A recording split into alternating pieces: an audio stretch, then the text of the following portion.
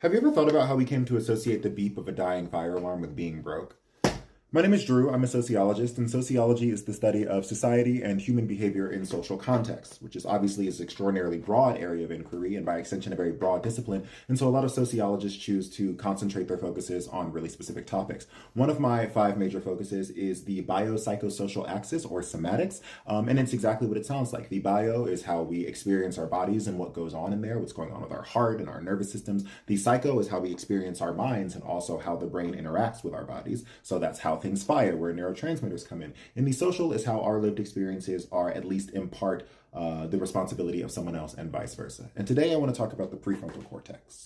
Now, in order to identify the relationship between beeping fire alarms, being broke, and the prefrontal cortex, we need to understand what the prefrontal cortex is. And I think the easiest way to describe it is the part of the brain that evolved to make all of the stimuli that you're receiving as you go through life into something cohesive. It shows you which stimuli to respond to, which stimuli to ignore. It's how sometimes people can multitask or split their attention between multiple things. But the prefrontal cortex also has a role in governing executive function.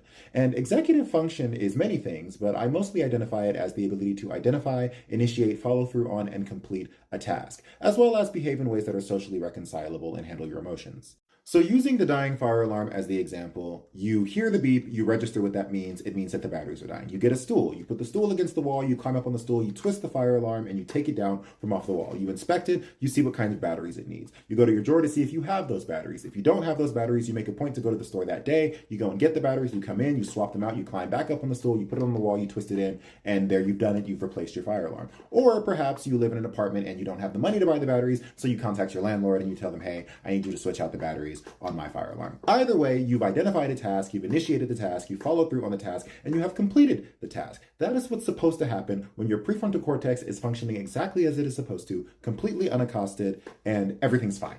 Okay, so now that we have an understanding of how a functional prefrontal cortex is supposed to operate, we can start to explore this idea of what a dysfunctional or dysregulated prefrontal cortex is supposed to look like. And one of the most common circumstances in which we can identify a dysregulated prefrontal cortex, and by extension an inhibited capacity for executive functioning, is in people with an ADHD diagnosis.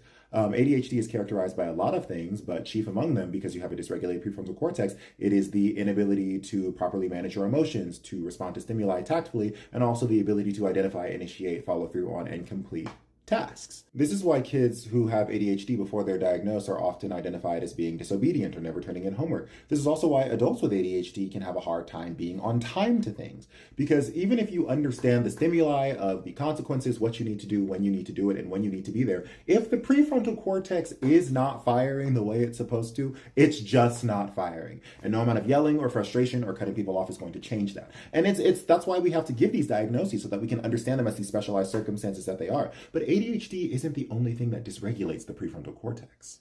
There are a lot of biopsychosocial phenomena that correspond with the dysregulation of the prefrontal cortex or other parts of the brain, like anxiety and depression, but also acute and chronic stress and trauma. And those are the ones that I kind of want to focus on, especially because the definitions of stress and trauma and what constitutes something that is stressful or traumatic isn't really up to you or somebody else. So this idea that someone can say, well, you shouldn't really be experiencing stress, or you don't really have an excuse because what happened to you wasn't that bad. So what, your parents yelled at you, or so what, your parents got a divorce. I know people have been through worse. I've been through worse. They don't really determine what constitutes something that is acutely traumatic or stressful. What does is the hypothalamic pituitary adrenal axis and the sympathoadrenal medullary axis, which are structures within the brain that govern our stress responses. And I don't want to talk too much about the mechanics of those things, but what you need to know is that when they identify something that constitutes stress, that they decide constitutes stress, they release stress hormones. They release cortisol, they release adrenaline, norepinephrine, noradrenaline. And in circumstances where there are continual stressors that they can identify, they are releasing that on a loop. They're releasing it too frequently, and this overwhelms the brain and dysregulates its traditional functions because it's a very delicately balanced system. Now, there are countless studies, many of which I draw on for my own research, that link the lived experience of low income or impoverished socioeconomic status with deviations in longitudinal adolescent neurological development, which is just adolescent neurological development over time, and well into adulthood. And I just want to make this clear, I'm focusing on what's going on with the brain and specifically the prefrontal cortex, but this is not limited exclusively to the prefrontal cortex. This affects the entire brain, and this also affects the entire body. And there are many circumstances in which we can identify those, but we're focusing specifically on the fire alarm. And I think by now you can see where I'm going with this.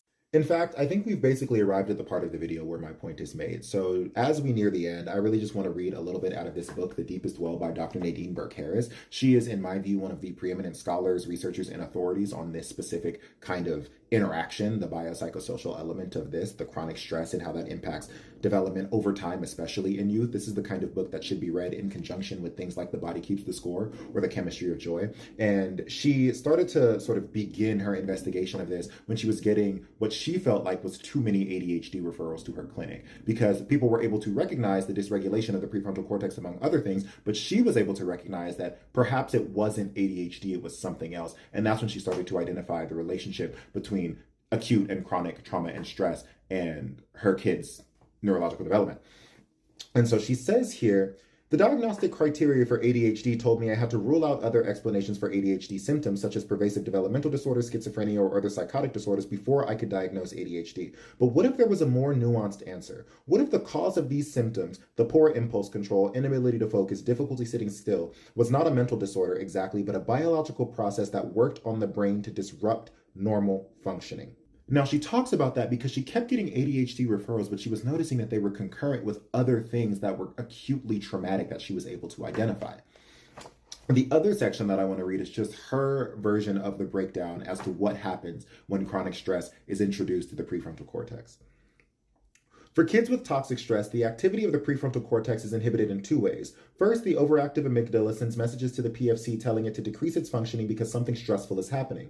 You don't want reason getting in the way of survival. The second is that the locus coeruleus is flooding the brain with noradrenaline, compromising the ability to override instincts and impulses. The PFC is the part of the kid's brain that puts the brakes on impulses and helps him or her make smarter decisions. Telling a kid to sit still, concentrate, and ignore stimuli that are flooding his brain with the need to act is a lot to ask. And the downregulation of the PFC can have different consequences for different people. For some, it results in an inability to concentrate and solve problems, but in others, it manifests as impulsive behavior and aggression. Wrapping it up nicely together in the dying fire alarm, if we can start to understand that the lived experience of low income or impoverished socioeconomic statuses can dysregulate the prefrontal cortex such that the simple task of replacing the fire alarm is made difficult, then we can also start to recognize that living with fire alarms that beep and beep and beep until they die is going to be a more common occurrence in places where people of those socioeconomic statuses are concentrated. And from there, it's as simple as subconsciously connecting the two in our brains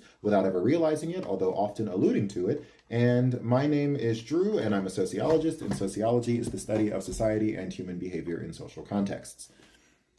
Although one quick follow-up, I do want to say that this is just such a shallow skim of the subject matter, and it goes so much deeper, and there's so much to say about how trauma is reproduced and how chronic stress can be inherited, the nature of epigenetics and transgenerational epigenetic inheritance. And there's so much to say about like racialization and built environments and how identity is constructed with all of these systems interacting together. There's a lot even to say about westward expansion and the settlement patterns of the eastern sides of the United States and then how they moved west.